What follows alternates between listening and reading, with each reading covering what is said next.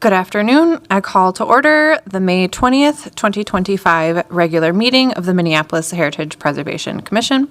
For the record, my name is Marie Bjornberg and I serve as chair of the commission. Just a reminder to silence your cell phones and other electronic devices and to speak clearly into the microphone when speaking at the dais or giving testimony. Would the clerk please call roll so that we may verify the presence of a quorum? Councilmember Alexander is absent. Booty is absent. Hare. Present. Corrado. Present. Melblom. Present. Thomas. Present. Wallace is absent. Oh, excuse me. Rodriguez. Present. Vice Chair Maston. Present. Chair Bjornberg. Present. There are 7 members present. Let the record reflect that we do have quorum and that Commissioners Alexander, Booty, and Wallace provided proper notice that they have a conflict this afternoon and their absence is excused. Our first order of business is to adopt the agenda for this meeting. We will work from the agendas that are available by the clerk. I will go through and sort out which items will be discussed and which items will be put on the consent agenda to be approved as recommended by staff and without further discussion. Item number 4 is 622 through 624 9th Street South, Ward 6. This application is for a certificate of appropriateness and will be on consent unless someone wants to speak in opposition to or modify the staff recommendation. Item number 5 is 628 8th Avenue Southeast, Ward 3. This application is a nomination for designation as a local landmark, and item number 5 will be discussed. So the proposed agenda is the consent agenda, which will include item number 4, 622 through 624 9th Street South, Ward 6. Is there any opposition from commissioners to the staff recommendations for this item? Is there anyone in the public that wishes to speak in opposition to this item? Hearing no opposition to placing this item on consent, we will approve the consent item in one motion at the start of the meeting. The following item will have staff presentation, public comment, and commission discussion and action. Item number 5, 628 8th Avenue Southeast, Ward 3. Commissioners, may I have a motion to approve the proposed agenda? Maston so moves. Thank you, Commissioner Maston. Is there a second? Corrado seconds. Thank you, Commissioner Corrado. Any discussion? All in favor say aye. Aye. Those opposed say nay. Any abstentions? The agenda is approved. Our next order of business will be to approve the minutes from our May 6th, 2025 meeting. May I have a motion to approve those minutes? Rodriguez moves. Thank you, Commissioner Rodriguez. Is there a second? Maston seconds. Thank you, Commissioner Maston. Any discussion? Seeing none, all in favor say aye. Aye. Those opposed say nay. Any abstentions, including commissioners who were absent? Thomas abstains. Melblom abstains. Thank you. The minutes are approved. Before I open the hearing to public comments, let me summarize the process for conducting the public hearing. First, we will act on the consent agenda we just set. Once the item on the consent agenda is approved, the commission is done with that item, and applicants may contact the planning staff tomorrow about next steps. After the consent agenda item is approved, we will take the remaining agenda item, and planning staff will present its report, and commissioners may ask questions of staff. Then I will open the public hearing. We will hear from the applicant and commissioners may ask questions of the applicant. After that, we will invite public comment. I will now open the public hearing on the consent agenda item, which is item number 4, 622 through 624 9th Street South, Ward 6. Again, do commissioners oppose the staff recommendation for this item?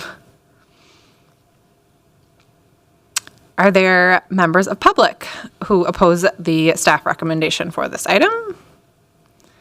Seeing none, I will close the public hearing on the consent agenda item. May I have a motion to approve staff findings and recommendations for this item? Thomas moves. Thank you, Commissioner Thomas. Is there a second? Corrado seconds. Thank you, Commissioner Corrado. Any discussion? Seeing none, all in favor say aye. Aye. Those opposed say nay. Any abstentions? That item is approved as recommended by staff on the agenda, and applicants may contact planning staff about next steps. The next item is item number 5, 623 8th Avenue Southeast, Ward 3. This application is for a nomination for designation of a local landmark, and the staff report is presented by Aaron Kay.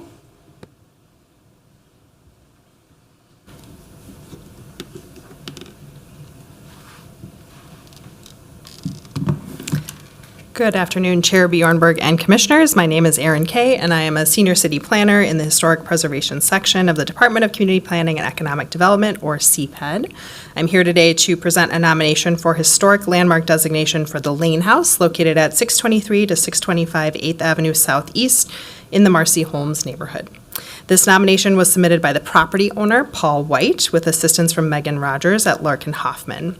Paul White is interested in operating the property as a boutique bed and breakfast and seeks historic designation to preserve the building and facilitate this proposed use. Here is an aerial view of the property's location. I'll note that it is 2 blocks north of the locally designated 5th Street Southeast Historic District. Here is the east or front elevation, which faces 8th Avenue Southeast. Newspaper records indicate the house was built in 1881 for James S. Lane. No architect or builder has been identified. Originally, the lot took up about half of the block and was later subdivided. It also had a carriage house in the southwest corner, which was demolished. The current owner grew up in the neighborhood with fond memories of the house. He later purchased the house in 2000 and oversaw a renovation in the early 2000s. The 2 open porches on the east elevation were reconstructed to some extent. And I have a historical photo by comparison here of the same elevation from Penny Peterson's Hiding in Plain Sight. And you can see that the columns were replicated along with the decoration under the eaves and the roof slope of the porches, as well as the balustrade. But the railing was not reconstructed in kind, nor was the decorative grillwork along the foundation. Here is the north elevation, which faces 7th Street Southeast. The early 2000s renovation also included restoration of the cupola and work on the foundation, brick masonry, chimneys, and cornice. The property has been surveyed on numerous occasions for its historical significance, including 1972, 1974, 1980, and 1982, when a National Register of Historic Places nomination was prepared and ultimately rejected by the Minnesota State Historic Preservation Office. In 2011, the property was part of the city's neighborhood survey effort and recommended potentially eligible for local designation and NRHP listing. It was surveyed again in 2012 as part of a Section 106 environmental review and determined NRHP eligible under criterion C for its architecture. In staff's analysis of the property's history, it appears that the property meets at least one of the 7 criteria for designation. Under Criterion 1, it is representative of the residential development in this neighborhood in the second half of the 1800s. It was built by a prominent figure in the lumber industry who had significant influence on the business, political, and social activities in Minneapolis. Under Criterion 2, it is associated with James S. Lane, a prominent businessman and politician. He moved to what was then St. Anthony in 1852 to join 2 older brothers in the lumber industry. He was appointed by the governor as Surveyor General of Logs and Lumber in 1862, serving 3 terms. He was involved in various lumber businesses and became a real estate developer. He served 2 terms as alderman of the 2nd Ward before passing away in 1906. He lived here with his wife, raised their 7 children, and even converted the house into a multifamily dwelling in 1905 to accommodate one of their sons and his family. Under Criterion 4, it reflects the distinctive combination of popular architectural styles from the late 19th century, including Italianate, Queen Anne, and Chateau-esque. It exhibits a high level of architectural detail compared to other houses in the neighborhood and is clad in brick, which is less common. As a large house in this neighborhood built by and for a prominent businessman and politician with distinctive architectural features, it is possible that the property may also meet Criterion 3. In staff's opinion, it is not likely that the property has significance under criteria 5, 6, or 7. Although there have been changes to the property, both to remove historic features and restore features, in staff's opinion, the property still retains sufficient integrity to convey its significance as an architecturally distinctive house built for prominent Minneapolitan James S. Lane, where he lived from 1881 until his death in 1906. If a designation study is undertaken, staff feel it will be necessary to describe the renovation and reconstruction work in greater detail to better assess its integrity. Staff recommend that the Heritage Preservation Commission adopt staff findings and approve the nomination of the property at 623 to 625 8th Avenue Southeast as a landmark, establish interim protection, and direct the planning director to prepare or cause to be prepared a designation study. Staff have not received any public comments. This concludes my presentation, and I'm happy to stay for questions. We also have members of the owner's team who are here and available to make some remarks and as well as answer some questions. Thank you for that report. Commissioners, are there questions for staff? Commissioner Melblom. Thank you, Chair Bjornberg. Ms. Kay, your report didn't describe why in contemporary times we believe this is historic, but in past times it wasn't viewed that way. And my assumption is that our thinking of these things has evolved. Is that correct, or do you have a better? Could you speak to that if there's more to it than that? Sure. Thank you, Chair Bjornberg and Commissioner Melblom. I'm guessing you're referring to why in 1982 the State Historic Preservation Office didn't feel it merited Yes.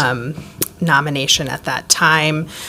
I would imagine there are a number of factors. In particular, in the 80s, there had been several features that had been lost. So I'll go back to the photo of the east elevation where you now see the reconstructed porch. At the time of that draft nomination, there was no porch, and there was a very common 1970s, I believe, striped awning over the front door. And so it's possible that the State Historic Preservation Officer at that time felt that maybe it didn't retain enough integrity, or maybe too many changes had occurred, which was why they didn't feel it warranted listing in the National Register. I think you're also correct that our understanding of our history evolves over time. Obviously, since that point, the owner has now undertaken an attempt to restore many of those original features. And so perhaps I would say, since the State Historic Preservation Office has now determined it eligible for the National Register, they have had a change in opinion as well. Thank you. Other questions for staff from commissioners? Okay. Thank you. I will now open the public hearing for this item. I understand the applicant is here and would like to speak. If you can please come to the microphone and state your name and address for the record. Hello, my name is Sarah Manhood. I am the director of the property, of the company that runs the property. I'm here to speak for the owner. My address is 25011 Kettle River Boulevard in Forest Lake. Do you have any presentation? Otherwise, No, I kind of wanted to open myself up if there are any questions that I can answer. Anything simple or anything that anyone has. Thank you. Do commissioners have any questions? Commissioner Rodriguez. Hi, I do have a question. This is about the cupola. So I understand that this applicant is the one that reconstructed the cupola? Yes. Can you speak a little bit to the process, kind of what references were used? Was it based on any images of the original, or was it just reinvented, recreated?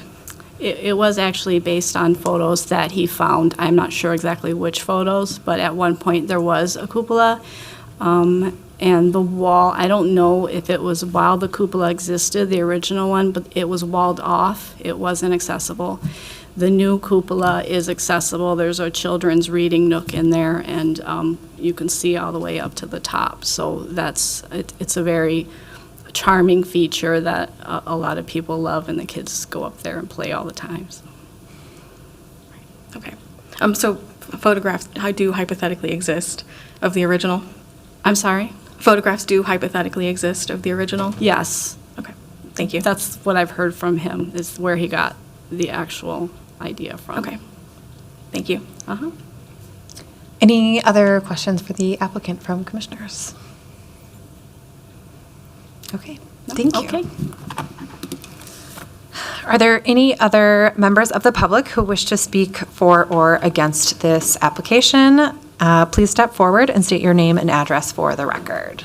Hi, good afternoon, Commissioners. Apologies for my tardiness. My name is Megan Rogers, and I am an attorney with Larkin Hoffman, and have been working with the applicant on moving forward this application. To Commissioner Rodriguez's question, yes, there are photographs that exist, and part of the presentation that we intend to bring before you as part of our historical study are all of the materials that have been specifically put together by the applicant over the course of the years that are in relationship to the development of this property, and that show the restoration and the level of integrity that was brought to this site.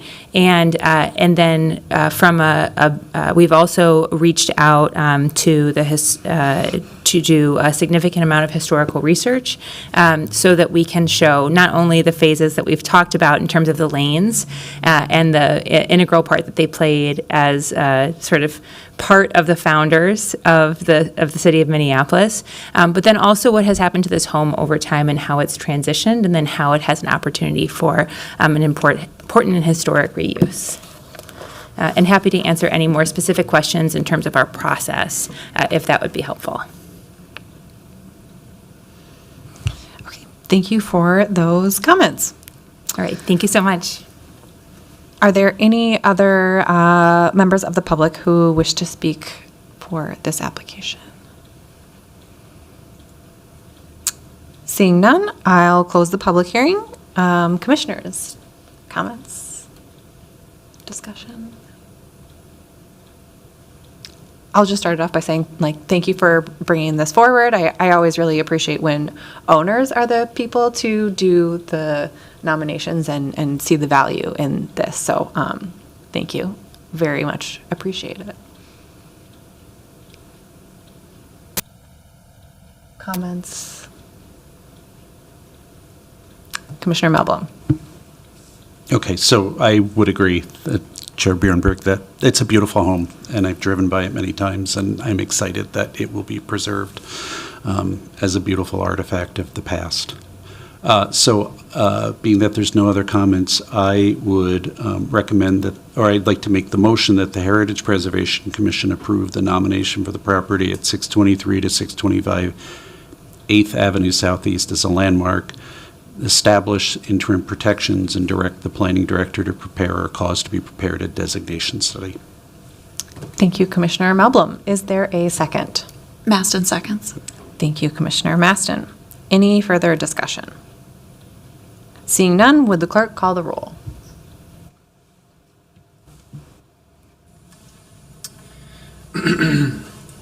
Councilmember Alexander is absent. Booty is absent. Hare. Aye. Carato. Aye. Melblom. Aye. Thomas. Aye. Wallace is absent. Rodriguez. Aye. Vice Chair Maston. Aye. Chair Bjornberg. Aye. There are 7 ayes. Thank you. That motion passes. That concludes our public hearing items. Do staff have any announcements? Thank you, Chair Bjornberg. I'm Rob Skalecki, Senior City Planner with the Historic Preservation Team. Staff do not have any announcements tonight. I feel like most of our discussion got out of the way last week with the HPC retreat. So, thank you. Okay, thank you. Do commissioners have any discussion items? Okay. There being no other business to come before this meeting, and without objection, I'll declare the meeting adjourned. Next regular meeting of the HPC is June 10th, 2025. Thank you.